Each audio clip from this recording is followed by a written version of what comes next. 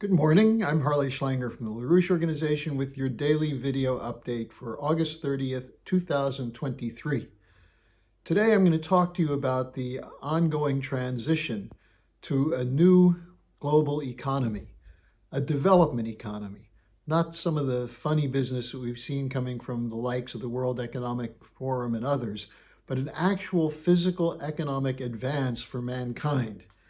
You have Western economists trapped in a babbling discussion about Bidenomics, promoting doomed-to-fail anti-inflation plans, searching in a sense for a magic solution, which they are presenting with such ideas as the Great Reset. Well, the BRICS nations are moving ahead, and they're going with serious plans to create a new global development architecture. And I'm going to be discussing this with you because you're not reading about this in the media. The idea behind the BRICS plan is not based on fake academic formalisms about free trade, certainly not about green nonsense. It's based on a rejection of the idea of limits to growth, which is implicit in the green policy. And it's against the ideas churned out by Ivy League economists working with the International Monetary Fund, the World Bank, the New York and Wall Street financial institutions. And it's certainly not based on the idea of a global central bank dictatorship under the likes of the International Monetary Fund, or a transition to a global AI economy. Instead, it's based on innovative plans for financing physical economic development.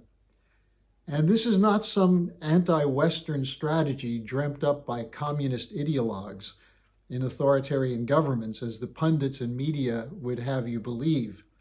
It's based on proven principles of physical economy, what could be called Hamiltonian credit principles, the kind of ideas that were used by the American founding fathers to break out from under the colonial control of the British after the American Revolution, based on national credit and investment in infrastructure, science, and technology.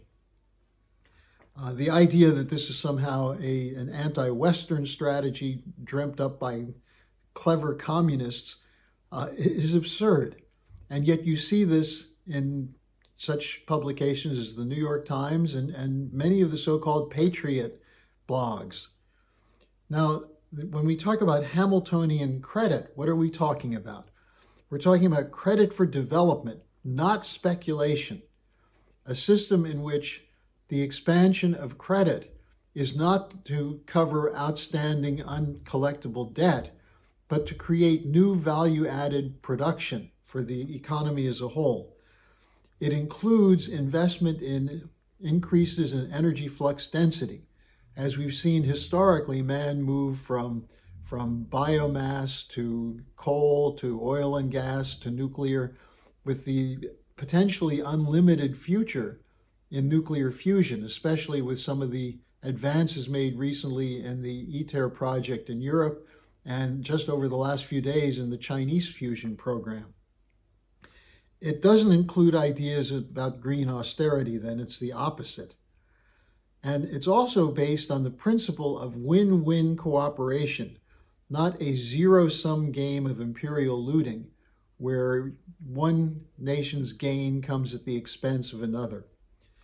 Now, an example of this was the just signed Iran-China deal, an oil for construction deal, which is designed to expand the international airport in Tehran, which is a $2.7 billion project, and to pay for it with revenue from Iranian oil sold to China.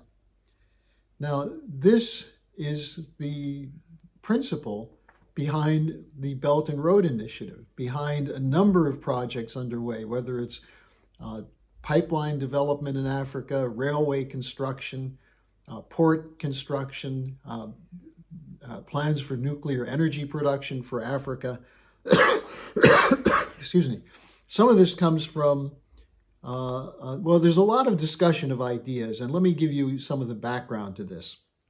In the 1970s, Lyndon LaRouche wrote a number of articles about oil for technology trade, which he later expanded in an article titled On a Basket of Hard Commodities, Trade Without Currencies. This was published in the Executive Intelligence Review on August 4th, 2000, and it will be linked below in the description section. It was written to stimulate discussion among those looking for a way out of the IMF central bank system, which was stifling development, to actually create the basis for ending the underdevelopment of the so-called colonial or developing countries. And in it, LaRouche discusses the principles upon which a new development architecture could be based. So take the time out to study this paper. I think you'll find the ideas of LaRouche very familiar to those of you who are looking at the discussions which took place at the recently concluded BRICS summit in Johannesburg, South Africa, including the question of the use of national currencies in trade, as well as the idea that it's through this kind of process that you can end forever the period of neo-colonial looting. Now, it's based on expanding credit for value-added production, not a debt trap. You have these blowhards from the West talking about the Belt and Road Initiative and China's credit policy as a debt trap. Well, the real debt trap is the one that was created by the International Monetary Fund, by the City of London, by the imperial banksters. The debt trap is that you extend a certain amount of credit in a way that will increase the indebtedness of a country, and then impose conditionalities so that instead of being able to create new credit to invest in physical production, they have to borrow to cover the old debt. That's the example of the debt trap. And that's how the West has built up an unprecedented level of indebtedness, including in the United States, where we're caught in this trap of quantitative easing, that is extension of credit. For what purpose? To pay off old debt. You know, it's like trying to pay off a mortgage with a credit card. No matter what you do, you increase the total debt that you have and decrease the ability to produce real value to cover the debt. So when you hear people like Blinken or Christine Lagarde of the European Central Bank talking about China's debt trap, what they're really doing is exposing that the debt trap is actually in the West, and they don't want the change to take place because that means the debt held by banks in the West becomes worthless. So this debt trap of the IMF is being rejected by the global majority. So what do the failed political, financial, and corporate leaders of the establishment have to offer? A war economy, which is designed to pump huge amounts of funds into the so-called military-industrial complex to conduct military operations to weaken those countries, such as Russia and China, who are leading the alliances for real development. And the second area where they're investing is the so-called green economy, which we can see from the rapid deindustrialization of Germany is a dead end. In fact, the green economy cannot even sustain the limited growth of the previous period. And in fact, the contraction means more and more people are going to be sliding into poverty. That's the future under the debt trap policies that are those of the International Monetary Fund, the City of London, and Wall Street. A war economy and green policy. None of that will solve any problem. So don't fall for the lies of proven liars. Explore LaRouche's ideas for yourself. The world is now in a rapid transition from a failed economic model, which is being protected and enforced by the military under the guise of sustaining a so-called rules-based order, but a transition from that to a future of limitless potential. As LaRouche wrote in a famous book in the early 1980s, there are no limits to growth.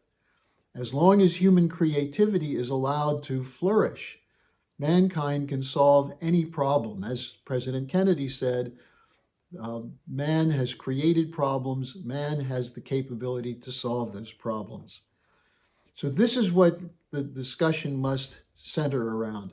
How do we increase the physical economic development of the planet to end poverty and to create a better future for every single person alive and those who are yet to be born? One of the ways you can participate is register for our conference on September 9th. There'll be a link for that in the description section at on this webpage. So thanks for joining me today. I'll be back again tomorrow. Hello, thanks for watching. Be sure to like, subscribe, and hit the notification bell so you don't miss any of our videos. Support our independence to produce videos like these. Become a member of the LaRouche organization at thelarouche.org/member. By becoming a member for $25 or more, you'll get special access to the EIR Alert Daily Briefing and Weekly Magazine, which is what I read to stay on top of things.